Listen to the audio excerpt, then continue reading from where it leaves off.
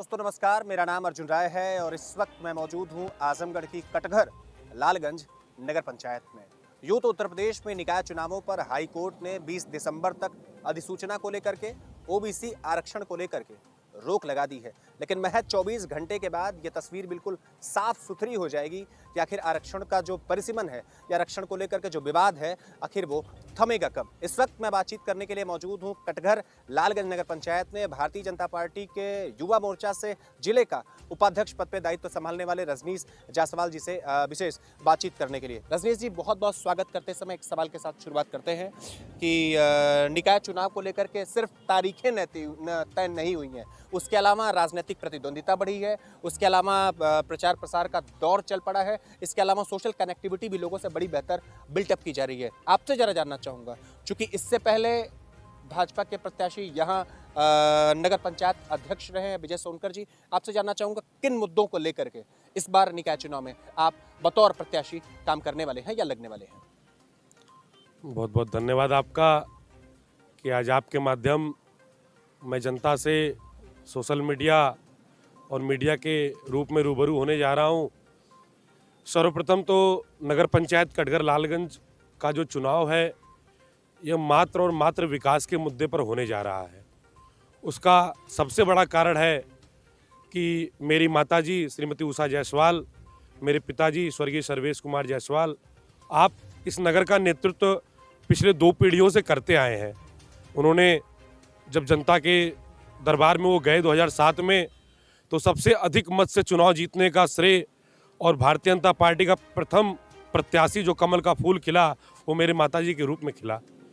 और उसके बाद पूरे नगर में जो ईंट के खड़ंजे थे वो इंटरलॉकिंग में तब्दील हो गए और इस नगर में सर्वप्रथम सार्वजनिक शौचालय आदरणीय हमारे प्रधानमंत्री जी, आदरणीय मुख्यमंत्री जी की जो ये सोच है, इस सोच को उस समय चरितार्थ अगर किसी ने किया था तो मेरी माताजी के कार्यकाल में किया गया था।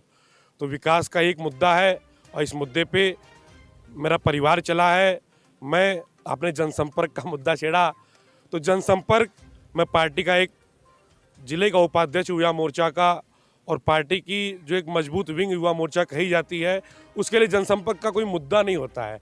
हमारे यहाँ रोज़ कार्यक्रम आते रहते हैं, हम रोज़ जनसंपर्क करते रहते हैं और अनेत्र कार्यक्रम में तो हमने जो है जनता से घर घर संपर्क, आवास योजना के माध्यम, लाभार्थी संपर्क योजना के माध्यम, अंत्योदय वितरण योजना के माध्यम हम जनता से लगातार संपर्क में हैं। समझना तो उन्हें पड़ेगा जो इस कोरोना की वैश्विक महामारी में आज प्रत्याशी बनकर जनता के बीच आ गए और इस कोरोना की वैश्विक महामारी में वो अपना शटर बंद कर घर के अंदर बैठे हुए थे। अब आपको यही रोक करके एक दूसरे सवाल की तरफ जायसवाल जी हम बढ़ना चाहेंगे कि आपने कहा कि सिर्फ और सिर्फ विकास के मुद्दे पर हम चुनाव लड़ना चाहते हैं या विकास के मुद्दे पर नगर पंचायत के लोगों को अपने साथ जोड़ना चाहते हैं। यानी एक बात तो तय है कि अगर आप विकास के मुद्दे पर काम करना चाहते हैं तो पीछे कहीं ना कहीं विकास अछूता रहा है। 5 साल का जो काम रहा है भारतीय जनता पार्टी के बीते नगर पंचायत अध्यक्ष सोनकर जी का, उसको आप न सिर्फ प्रत्याशी होकर के नगर पंचायत कटघर का एक आम नागरिक होकर के कितना मार्क्स देना चाहेंगे 100 में से? नहीं, मार्क्स तो नगर पंचायत कटघर लालगंज में विगत 5 वर्षों में अगर आप 2.5 वर्ष कोरोना काल का हटा लें, बचे हुए 2.5 वर्षों में जितना कार्य हुआ ये किसी से अछूता नहीं रहा है। हमारे नगर पंचायत में पिंक शौचालय से लेकर लगभग 12 शौचालय का निर्माण इस 11 वार्डों में हुआ और लगभग 700 आवास योजना जो आदरणीय मुख्यमंत्री सबसे महत्वाकांक्षी योजना थी, 700 गरीब परिवारों को आवास दिलाया गया। जिन गरीब परिवार के सर पे छत नहीं थी, आप उनसे पूछिए कि उस आवास योजना का कितना महत्व था। तो ये सबसे बड़ी उपलब्धि है। मैं आपको इंटरप्ट करता हूं कि एक प्रत्याशी यहाँ है शरद यादव, ये बताने से वो लगातार कतराते हैं कि वो समाजवादी पार्टी के प्रत्याशी हैं। वो खुद को कहते हैं कि मैं निर्दल हूं और प्रत्येक दल में लगभग मेरी 60% हिस्सेदारी है। सारी बातों को भूल करके एक मुद्दे को मैं जोड़ना चाहूँगा कि उन्होंने कहा कि चुनाव से लगभग 1.5 साल पहले, अभी 2020 से लेकर के 22 के बीच में 2 साल के आसपास उन्होंने लगभग 2.25 करोड़ रुपए खर्च करके बगैर किसी पद पे रहते हुए ब्लॉक प्रमुख से मदद लेकर के, जिला पंचायत अध्यक्ष से मदद लेकर के, जिला पंचायत सदस्य से इवन मदद लेकर के लगभग 2.25 करोड़ का प्रोजेक्ट प्लान किया और लालगंज को उम्दा लालगंज, बेहतर लालगंज, अच्छा लालगंज बनाने की पूरी कोशिश की। ये दिखता है क्या कि वास्तव में उन्होंने कुछ काम किया? चुनौती किस तरीके की है? आपका प्रतिद्वंदी कौन रहेगा, ये जानना चाहूंगा। सच पूछे तो प्रतिद्वंदी की आपने बात की, तो इस बार नगर पंचायत कटघर लालगंज में कमल का फूल खिलने जा रहा है। और मैं तो प्रतिद्वंदी, जो भी प्रत्याशी होगा वो हमारा प्रतिद्वंदी होगा। और ये 2 साल पहले ये काम किए, ब्लॉक प्रमुख के माध्यम काम किए और जिला पंचायत के माध्यम काम किए। अरे मान्यवर 5 वर्षों से आदरणीय योगी आदित्यनाथ जी ने इतना काम कर दिया। अब मैं कहूँ उस काम को मैंने किया तो हमारी सरकार ने किया उस काम को, और उस काम का लाभ अगर हमारी जनता को मिला तो आवास योजना, शौचालय योजना, अंत्योदय, मतलब कि मुफ्त का राशन, जो गरीब परिवार किसी आगे हाथ न फैला पाए, वो राशन 2 सालों 3 सालों से फ्री चल रहा है। और 1-2 करोड़ के काम की क्या बात करूं, बसपा की सरकार में नगर पंचायत अध्यक्ष माता जी कार्यकाल में लगभग 10 करोड़ का काम हम लोगों ने कराया, और उस 10 करोड़ का काम सामने दिखता है। आज अगर आप जाएंगे गोला बाजार सब्जी मंडी से लेकर और हमारे इंडियन गैस ऑफिस के एजेंसी के बाहर से लेकर बाड़ू प्रजापति घर से लेकर और कटघर रविदास नगर तक जितनी इंटरलॉकिंग ईंटें बिछे हैं वो आज भी उसी रूप में है जिस रूप में 2008 में थे। और जो इन्होंने काम की बात की, शायद आप जाके देख रहे होंगे, इनके कार्यकाल को बीता भी 5-7 साल हुआ है और उनका जो सारा काम है वो टूट चुका है। मेरा काम आज 12 वर्षों बाद भी पड़ा हुआ है।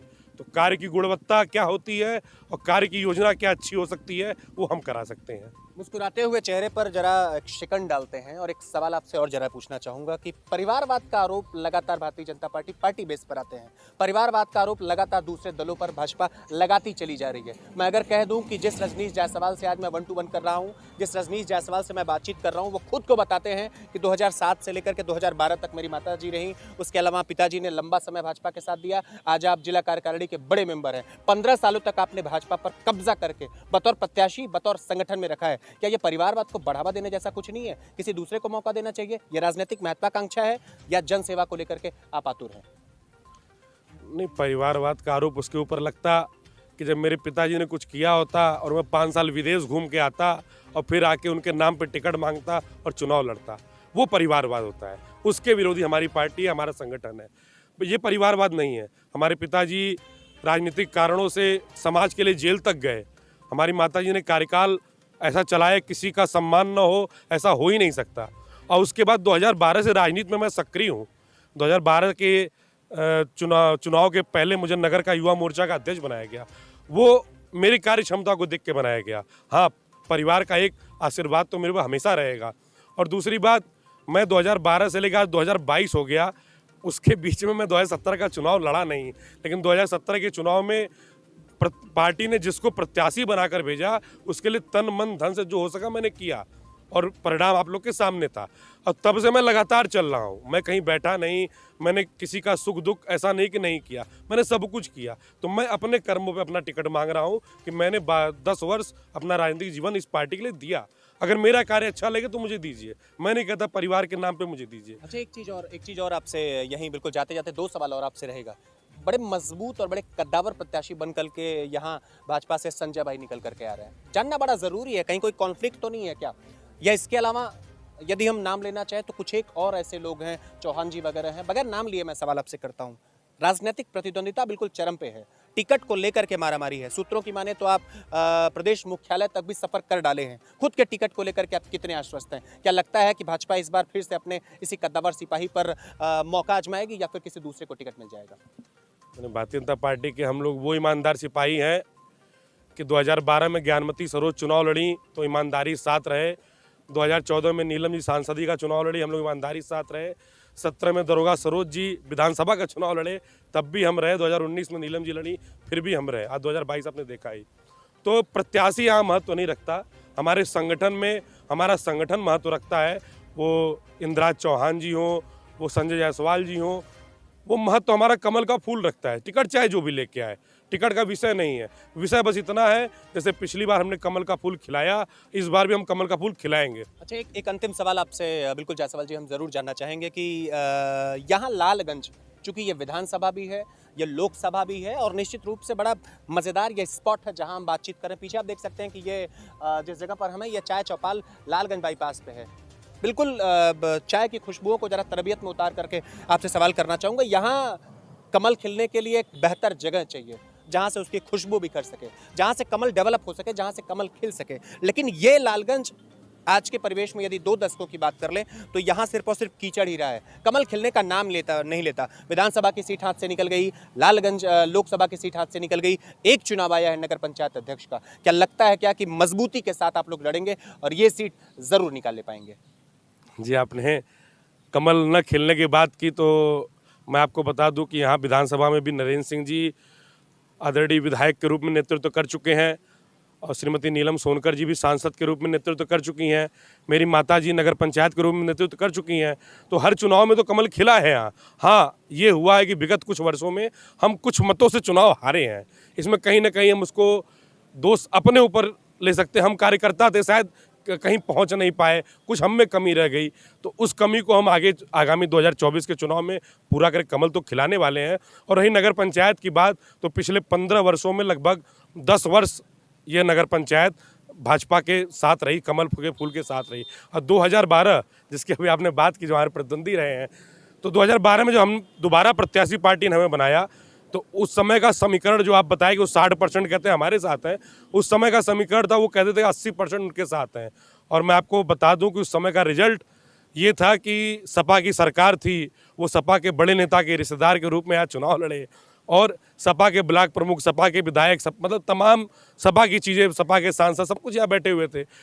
और हमारे साथ भारतीय जनता पार्टी के साथ मात्र कद्दावर 8 से 10 लोग जो पार्टी के सक्रिय कार्यकर्ता थे, वो लोग झंडा लेके चुनाव लड़ रहे थे। और मैं आपको बता दूं, मात्र 2000 वोट पाने के लिए उनको ब्लॉक प्रमुख, विधायक और सांसद और अपनी पूरी सरकार, पूरी प्रशासन को उतारना पड़ गया। वो 2000 वोट पाए और जनता के आशीर्वाद से मैं 1500 वोट पाया। तो लगभग 400-500 वोट का डिफरेंस था। उसमें भी हमारे बाजार के 2-4 वैश्य वर्ग से प्रत्याशी उतार दिए गए।